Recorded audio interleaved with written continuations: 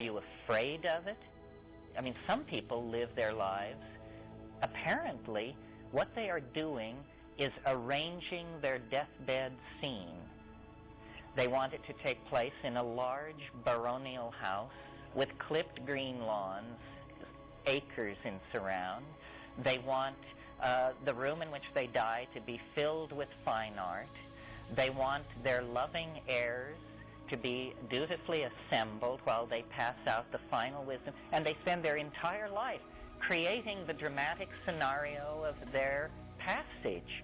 And of course you have to work hard, because you've got to make the money to buy that house.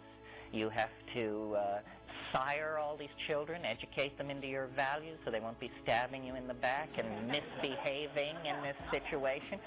You have to create loyalty, possession, power, all of these things. And then you won't die in a ditch, unknown and abandoned, you know. But on the other hand, what was the quality of that life, you know? Life is an opportunity. How much pressure should you put on it? How many places should you go? How many drugs should you take? How many sexual configurations should you experiment with? How many professions should you, and it depends, I think, the question is, how seriously do you take it? Do you just think life is a lark and it's fine with you that you're going to go into a pine box and be forgotten for all eternity?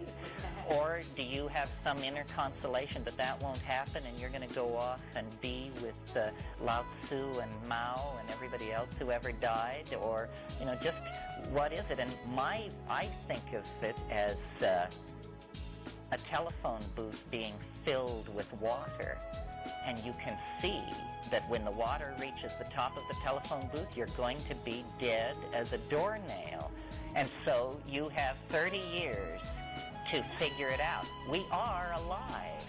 There's no contest about that.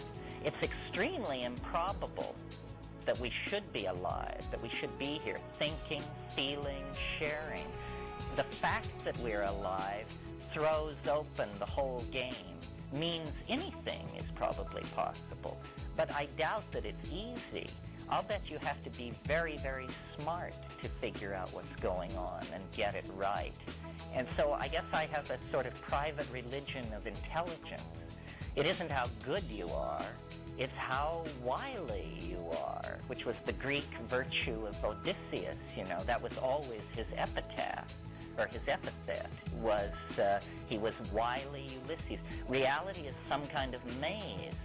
It isn't to the swift that the race goes. A maze, a puzzle garden that you walk through to try and find your way out.